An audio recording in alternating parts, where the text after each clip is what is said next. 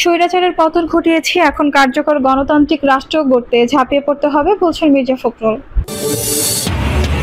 এদিকে ৭১ প্রশ্নে ভুল স্বীকার করার দিকে এগোচ্ছে জামায়াত, আর কি বদল আনছে জানিয়ে দিব। ডাকসু ও জাকসুতে বৈষম্য বিরোধীদের বিপর্যয়, চ্যালেঞ্জের মুখে এনসিপি। এবং সর্বশেষ জানাবো সাবেক ৩ সমন্বয়কের প্যানেল ঐক্যই শক্তি ছায়া টিম নিয়ে আলোচনা। দর্শক শুনছিলেন সংবাদ শিরোনাম, এখন বিস্তারিত। স্বৈরাচারের পতন ঘটিয়েছি, এখন কার্যকর গণতান্ত্রিক রাষ্ট্র গড়তে ঝাঁপিয়ে পড়তে হবে বলছেন মির্জা ফখরুল। বিএনপির মহাসচিব মির্জা ফখরুল ইসলাম আলমগীর বলেছেন, আমরা দুঃসময় কাটিয়ে উঠে স্বৈরাচারের পতন ঘটিয়েছি, এখন কার্যকর গণতান্ত্রিক রাষ্ট্র গড়ে তোলার সার্বিক প্রচেষ্টায় আমাদের ঝাঁপিয়ে পড়তে হবে। 15 সেপ্টেম্বর আন্তর্জাতিক গণতন্ত্র দিবস উপলক্ষে বিএনপির মহাসচিব মির্জা ফখরুল এক বাণীতে এই কথা বলেছেন। বিএনপির ভেরিফাইড ফেসবুক পেজে এই বাণী পোস্ট করা হয়েছে। বিএনপি মহাসচিব বলেন, দিবসটি আইনের শাসন, মত প্রকাশের স্বাধীনতা, নাগরিক অধিকার, মানবাধিকার ও জবাবদিহিমূলক প্রতিষ্ঠানের দৃঢ় ভিত্তি গড়ে তোলাকে সমর্থন করে। দিবসটি পালনের জন্য মধ্য দিয়ে গণতন্ত্রের চর্চা, অনুশীলন উৎসাহিত করা হয়। গণতন্ত্র অর্জনের সংগ্রামে বাংলাদেশ সহ পৃথিবীর বিভিন্ন দেশে যারা জীবন উৎসর্গ করেছেন তাদের প্রতি তিনি গভীর শ্রদ্ধা জানান। জীবন দানকারী শহীদদের রুহের মাগফিরাতে কামনা করেছেন, আহত ব্যক্তিদের প্রতি সমবেদনা জানাচ্ছেন। তিনি আজকের এই দিনে বিশ্বের গণতন্ত্রকামী মানুষের প্রতি জানাচ্ছেন আন্তরিক শুভেচ্ছা, অভিনন্দন। গণতন্ত্রের চর্চা অব্যাহত থাকলে কোনো স্বৈরাশক্তি মাথাচাড়া দিতে পারে না বলে উল্লেখ করেন মির্জা ফখরুল। তিনি বলেন, গণতন্ত্র এমন একটি শাসন ব্যবস্থা যেখানে জনগণ সার্বভৌমত্ব ক্ষমতা প্রয়োগ অংশ নিতে পারে। গণতন্ত্র জনগণের ইচ্ছাকে গুরুত্বপূর্ণ বিবেচনা করা হয়। বিবেচনা নির্বাচিত জনপ্রতিনিধিরা সেবা ও ন্যায়সঙ্গত সিদ্ধান্তে পৌঁছাতে সচেষ্টা হয়। গণতন্ত্রের চর্চা অব্যাহত থাকলে কোনো স্বৈরাশক্তি মাথাচাড়া দিতে পারে না, আর সে কারণে জনগণকে কৃতদাসে পরিণত করা সম্ভব হয়নি। বিভিন্ন দেশে একদলীয় দুঃশাসনের কালো থাবা এখনো বিরাজমান বলে উল্লেখ করেন বিএনপির মহাসচিব। এই প্রসঙ্গে তিনি বলেন, ১.৫ দশকে ধরে বাংলাদেশেও নাগরিক স্বাধীনতা, ভোটাধিকার, মানবাধিক মর্যাদা ও মানবাধিকার হরণ করে এক সর্বনাশা আওয়ামী লীগ ফ্যাসিবাদী শাসন কায়েম ছিল।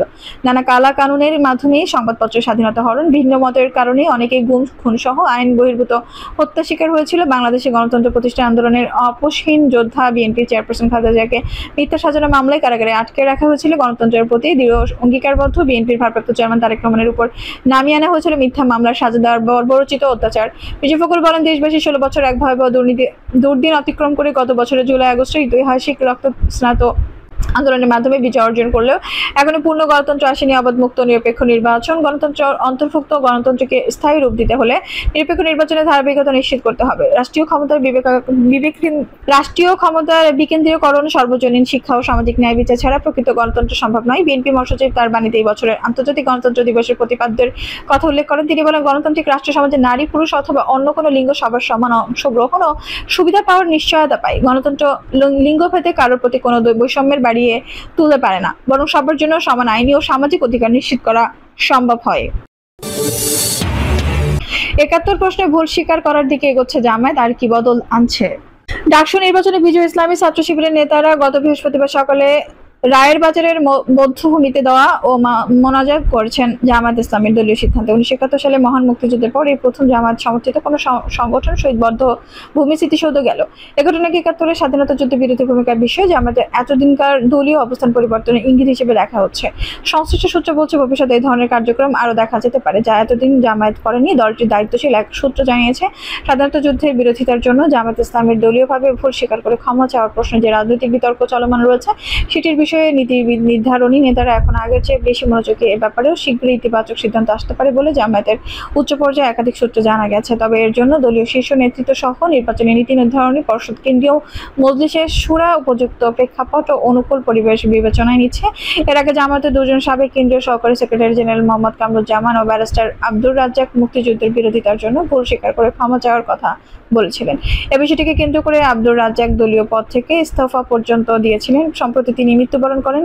আর কামরুজ্জামান ৭১-এর মানবতা বিরোধী অপরাধের ফাঁসিতে দণ্ডিত হন। তিনি জামায়াতের তৎকালীন আমিরকে ঢাকার কেন্দ্রীয় কারাগার থেকে লেখা এক দীর্ঘ চিঠিতে দলের সংস্কারের কিছু পরামর্শ দিয়েছিলেন। জানা গেছে, জামায়াত ইসলামের সর্বোচ্চ নীতি নির্ধারণী পরিষদ, কেন্দ্রীয় মজলিসে শুরার একাধিক সবাই ক্ষমা চাওয়ার বিষয়ে আলোচনা হয়, কিন্তু এই বিষয়ে সবাই একমত না হওয়ার সিদ্ধান্তে আসা যায়নি বলে সংস্কার, বিশেষ করে মুক্তিযুদ্ধের সময় জামায়াতের ভূমিকার জন্য ক্ষমা চাওয়ার মতামত জানিয়ে দলের সমর্থন না পাওয়া হতাশ হয়ে 2019 সালে পদত্যাগ করেছিলেন আব্দুর রাজ্জাক। তখন তিনি পদত্যাগপত্র লেখেন, অতীতে আমি অনেকবার পদত্যাগের কথা ভেবেছি, কিন্তু এইভাবে নিজেকে বিরত রেখেছি যে যদি আমি অভ্যন্তরীণ সমস্যা করতে পারি এবং 71-এর ভূমিকার জন্য জামায়াত জাতির কাছে ক্ষমা চাই, তাহলে তা হবে একটি ঐতিহাসিক অর্জন। কিন্তু জানুয়ারি মাসে জামায়াতের সর্বশেষ পদক্ষেপ আমাকে হতাশ করেছে।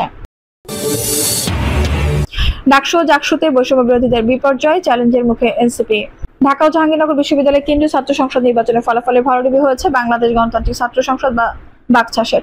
1 বছর আগে যে তরুণদের নেতৃত্ব শেখ হাসিনা সরকার পতন হয়েছে, মাত্র 1 বছরের ব্যবধানে সেই নেতৃত্বের একটা বড় অংশ কেন এমন পরিস্থিতির মুখোমুখি হলো, সেই প্রশ্ন সামনে আসছে। শুধু বৈষম্য বিরোধী ছাত্র সংগঠনই নয়, চরম ভরাডুবি হয়েছে ছাত্রদল, ছাত্র ইউনিয়ন কিংবা বাম ছাত্র সংগঠনগুলোর প্রার্থীদেরও। গত বছর আগস্টে শেখ হাসিনা সরকার পতনের পর থেকে দেশের বিভিন্ন ক্যাম্পাসে ছাত্র সংসদ নির্বাচনের দাবিতে সবচেয়ে বেশি সরব ছিলেন বৈষম্য বিরোধী শিক্ষার্থী ও গণঅভ্যুত্থানের নেতৃত্ব দেওয়া শিক্ষার্থীরা। যে কারণে অনেকের মধ্যে ধারণাও তৈরি হয়েছিল বৈষম্য বিরোধী ছাত্র আন্দোলন বা বাকচাষ প্যানেলের প্রার্থীরাই এই ডাকসু জাকসু সহ বিভিন্ন ছাত্র সংসদে ভালো ফলাফল পেতে পারে। এই নির্বাচনে জয়ের ফলাফল ঘরে তুলবে ছাত্রদের নতুন রাজনৈতিক দল জাতীয় নাগরিক পার্টি। কিন্তু এমন ভরাডুবির পর বিষয়টি নতুন করে ভাবাচ্ছে এনসিপিকে। বৈষম্য বিরোধী ছাত্র আন্দোলনের সাবেক সদস্য সচিব, বর্তমানে এনসিপির যুগ্ম সদস্য সচিব আরিফ হোসেন বলেন, যদি বাকচাষ এই ঢাকা ও জাহাঙ্গীরনগরে ভালো ফল করতে পারত, তার ইতিবাচক প্রভাব এনসিপির রাজনীতিতেও পড়তো। তবে তারা এটিও মনে করছেন যে গণঅভ্যুত্থানের পর বৈষম্য বিরোধী শিক্ষার্থীদের কিছু কিছু কর্মকাণ্ডের নেতিবাচক প্রভাব ছাত্র সংসদ নির্বাচনে পড়েছে, যেখানে হতাশাজনক ফলাফল এসেছে ডাকসু কিংবা জাকসুতে। অন্যদিকে সারা দেশে বিএনপি নেতাকর্মীদের সন্ত্রাস, চাঁদাবাজি সহ বিভিন্ন নেতিবাচক কর্মকাণ্ডের প্রভাবই নির্বাচনে পড়েছে বলে মনে করছেন বিশ্লেষকরা। আর নির্বাচনের ফলকে প্রত্যাখ্যান না করলেও বাম সংগঠনগুলো এমন ফলাফলকে একেবারেই স্বাভাবিকভাবে দেখছেন না, যে কারণে তারা এই কারণগুলো মূল্যায়নের কথাও জানিয়েছে বিশ্লেষকদের। কেউ কেউ মনে করেন দলীয় লেজুর ভিত্তিক ছাত্র রাজনীতির কারণে ছাত্রদল কিংবা এবং কিংস পার্টি হিসেবে এনসিপির পরিচিত তৈরি হওয়ার বিষয়টি বাকচাষের ফলাফলে প্রভাব ফেলেছে। শেখ হাসিনা সরকার পতনের পর ঢাকা ও জাহাঙ্গীরনগর বিশ্ববিদ্যালয়ের ছাত্র সংসদের নির্বাচন আয়োজনের জন্য সবচেয়ে বেশি সরব ছিল বাকচাষ ও বৈষম্য বিরোধী শিক্ষার্থীরা। বৈষম্য বিরোধী আন্দোলনের নেতৃত্ব যারা দিয়েছেন, তারা ছাত্র সংসদ নির্বাচনে চমক দেখাতে পারলে এনসিপির রাজনীতি ইতিবাচক সাড়া ফেলবে, এমন ধারণা এনসিপি নেতাদের মধ্যে শুরু থেকে ছিল। কিন্তু ডাকসু নির্বাচন প্রক্রিয়া শুরুর পর দেখা গিয়েছে বৈষম্য বিরোধী শিক্ষার্থী ও এনসিপির কেউ কেউ আলাদা 3টি প্যানেলে নির্বাচনে অংশ নিয়েছেন। পরবর্তীতে সে বিরোধী মেটানোর চেষ্টা করলেও ডাকসুর কেন্দ্রীয় সংসদের কোনো পদই জয় পায়নি বাকচাষের নেতৃত্বাধীন প্যানেল। অন্যদিকে জাহাঙ্গীরনগর বিশ্ববিদ্যালয়ের ডাকসু নির্বাচনে কেন্দ্রীয় সংসদে ছোট 2টি পদ জয় পেয়েছে বাকচাষ প্যানেল। এমন ভরাডুবির পর এই নিয়ে অসন্তোষও কাজ করছে দলটির মধ্যে। ডাকসুতে বিভিন্ন পদে বাকচাষ প্যানেলের প্রার্থীদের ভোটেও পেয়েছে অনেক কম। প্যানেলগত অবস্থানের দিক থেকেও সেই 4র্থ কিংবা 5ম। সাবেক 3 সমন্বয়কের প্যানেল ঐক্যই শক্তি ছায়া টিম নিয়ে আলোচনা। রাজশাহী বিশ্ববিদ্যালয়ের কেন্দ্রীয় ছাত্র সংসদ নির্বাচনে সাবেক 3 সমন্বয়ককে সামনে রেখে আধিপত্যবাদ বিরোধী ঐক্য নামে একটি প্যানেল ঘোষণা করা হয়েছে। জুলাই গণঅভ্যুত্থান নেতৃত্ব দেওয়া সাবেক সমন্বয়কদের ঐক্যকে বলা হচ্ছে এই প্যানেলের সবচেয়ে বড় শক্তি। তবে ক্যাম্পাসে আলোচনা ও গুঞ্জন রয়েছে এই প্যানেল জাতীয় নাগরিক পার্টি কিংবা ছাত্র শিবিরের ছায়া টিম হিসেবে কাজ করছে। ডাকসু নির্বাচনের ভোট গ্রহণ হবে 25 সেপ্টেম্বর। ডাকসু 23টি পদে এই প্যানেল থেকে 18 জন শিক্ষার্থী প্রার্থী হয়েছেন। এতে সহসভাপতি পদে প্রতিদ্বন্দ্বিতা করবেন বৈষম্য বিরোধী ছাত্র আন্দোলনের রাজশাহী বিশ্ববিদ্যালয়ের সাবেক সমন্বয় মেহেদী সচিব। এছাড়া সাধারণ সম্পাদক পদে সাবেক সমন্বয়ক সালাউদ্দিন আম্মার ও সহ সাধারণ সম্পাদক পদে লড়বেন আরেক সাবেক সমন্বয়ক আকিল বিন তালেব। মহিলা বিষয়ক সম্পাদক ও সহ মহিলা বিষয়ক সম্পাদক পদের বাইরে সহ সমাজ কল্যাণ সম্পাদক ও নির্বাহী সদস্য পদে 2 জন নারী প্যানেল থেকে লড়বেন। আছেন ক্যাম্পাস ভিত্তিক সংগঠনের নেতৃত্ব দেওয়া শিক্ষার্থী। তবে এই প্যানেলের সংখ্যালঘু শিক্ষার্থীদের কোনো প্রতিনিধিত্ব নেই। আধিপত্য বিরোধী ঐক্য প্যানেলের 3 সমন্বয়ক জুলাই আন্দোলনের সম্মুখ সারিতে ছিলেন। জিএস প্রার্থী সালাউদ্দিন আম্মার পরিচিতি পেয়েছেন স্লোগান মাস্টার হিসেবে। বিপি প্রার্থী মেহেদী সচিব ছিলেন বিশ্ববিদ্যালয়ের স্টুডেন্ট রাইটস অ্যাসোসিয়েশনের সভাপতি। জুলাই গণঅভ্যুত্থানের পর ক্যাম্পাসের পোষ্য কোটা সহ নানা আন্দোলনের সক্রিয় থেকে পরিচিত মুখ হয়ে ওঠেন এই প্যানেলে থাকা 3 সমন্বয়ক। রাজশাহী বিশ্ববিদ্যালয়ে তারা ছিলেন আলোচিত সাবেক সমন্বয়কদের মধ্যে অন্যতম। সাবেক 3 সমন্বয়ক, 4 নারী প্রার্থী ও বিভিন্ন ক্লাব সংগঠনের শীর্ষ নেতাদের অন্তর্ভুক্তকে এই প্যানেলের শক্তি হিসেবে দেখছেন অনেকে। দর্শক, এই ছিল এখনকার সর্বশেষ সংবাদ। নিউজটি ভালো লাগলে অবশ্যই একটা লাইক দিন, কমেন্টে আপনার মূল্যবান মতামত জানান। সবসময় আমাদের পাশে থাকতে সাবস্ক্রাইব করে বেল বাটনটি অন করে রাখুন। ধন্যবাদ।